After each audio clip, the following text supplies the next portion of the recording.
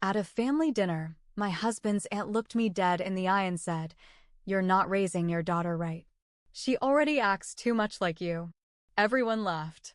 I smiled and said nothing. When we got home, I sat my husband down and asked, "What do you think she meant?" He said, "It's not worth getting into."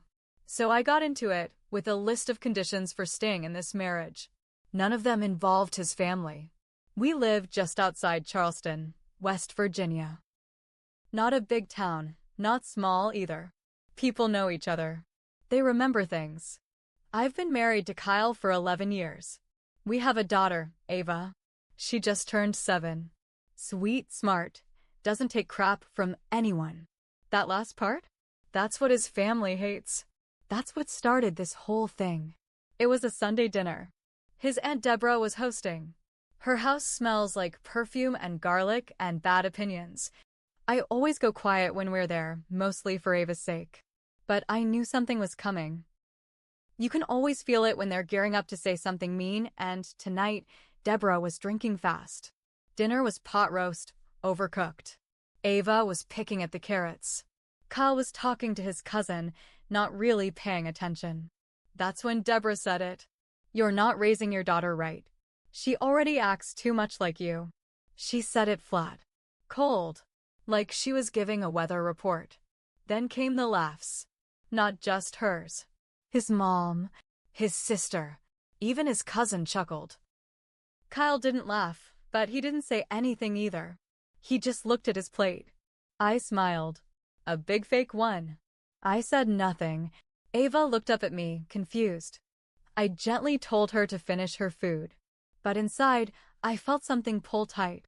I didn't eat a single bite after that. When we got home, I put Ava to bed and then found Kyle on the couch, scrolling his phone. I sat across from him. "What do you think she meant by that?" I asked. He didn't even look up. Just mumbled, "It's not worth getting into." That was the moment. The moment I decided I wasn't going to be quiet anymore. I walked into our bedroom, sat at the desk, and wrote out a list. Not a long one. Just 4 things. 4 things that needed to change if I was going to keep this marriage alive. The next morning, I handed it to him. My conditions: 1. No more family dinners unless I want to go. 2. If anyone makes a rude comment about me or Ava, he shuts it down out loud, right then and there. 3. His family doesn't get to call or come over unless I say it's okay. 4. If I feel disrespected again and he does nothing, I'm out. No discussion. I leave. He read the list slowly, said nothing for a minute, then looked at me like I'd kicked his dog. "This is insane," he said. No, I told him. What's insane is letting people treat me like trash while you stay silent. He tried to argue, said his family's just old school, that they don't mean anything by it. But that's the problem. They've never meant anything by it, and yet they've always done it. After that, I stopped answering calls. I told Ava we were taking a break from seeing her grandma and aunts. She didn't ask questions. She was fine. That told me a lot. A week later, Kyle's mom sent me a text, "We miss Ava. Hope you're not keeping her from us over nothing." I showed it to Kyle. He sighed. "Just ignore it." "No," I said. "You need to respond. You tell her we're setting boundaries. You tell her I'm not a babysitter or a punching bag." He didn't want to, but he did. Said it as softly as he could. Her response? Sounds like someone's getting ideas above her station. That's when I took his phone, called her, and put it on speaker. "Hi, Judy," I said. "Let's clear something up. I'm not keeping Ava from you. You are. You and your sister and your comments. You treat me like I'm nothing, and I'm supposed to smile and keep showing up? Not anymore." She hung up. He was quiet for the rest of the night. But the worst wasn't over. Not yet. The calls stopped after that. No texts. No surprise visits. It was like someone flipped a switch. Kyle didn't talk much either. I could feel the distance growing, like we were sleeping in separate lives, not just separate sides of the bed. One night, maybe 2 weeks later, I went to grab his phone to set an alarm. He was in the shower, and I saw a message pop up from his sister. Can't believe you're still letting her run things. Grow a pair. I didn't open it. I didn't have to. The screen flashed again. Mom says she saw her at Walmart, alone. Probably making up lies about us again. My hands shook. I waited. I didn't say anything right then. I waited for him to come out. I held up the phone. You want to explain this? He froze. Looked from the phone to me like a deer caught in traffic. I didn't say anything to them, he said. They're just mad because we haven't been around. And you didn't think maybe that would be a good time to say, hey, my wife has a point? Or even, stop insulting the mother of my child. He didn't answer. That night, I slept in the guest room. He tried to talk the next morning, but I was done with words. I called my sister, asked if Ava and I could stay for a few days. Packed a bag while Kyle stood in the hallway saying, don't do this. It's just a fight. It's not worth breaking up over. But it wasn't just a fight. It was a slow death from paper cuts. It was years of silence, of letting me bleed for the sake of keeping peace with people who never cared about me. Ava and I stayed with my sister for a week. During that time, Kyle never once came by. He called once, left a voicemail, said he was thinking about everything. But I was already thinking ahead. I saw a lawyer, just to understand my rights. I didn't make a decision yet. I needed more. A few days later, my sister told me Kyle's mom had come to her shop asking about me. She was all smiles, my sister said. Tried to act like she was just concerned, but it was fake as hell. She said, Tina can be so emotional sometimes. She just needs to calm down. That was it. I knew then, this wasn't going to fix itself. So I went back home, but not to make peace. I walked in, found Kyle on the couch. I handed him a folder. Inside were printed screenshots, his sister's texts, his mom's comments, my list of conditions again. I'm not here to argue, I told him. I'm here to see what side you're on. Because I'm done playing the quiet wife. He opened the folder. Read everything. Looked like he might cry, but he didn't say a damn word. I'll give you a week, I said. You decide. Your family or your marriage. And don't say both, unless you're ready to stand up to them. Because if I go back to that house and someone disrespects me again, I'm walking out and you'll be explaining to Ava why. I left the folder on the table. I meant every word. 3 days passed. No answer. Kyle didn't bring up the folder. Didn't ask to talk.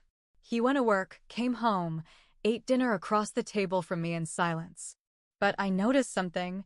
He had his phone with him all the time. Took it to the bathroom. Slept with it under his pillow.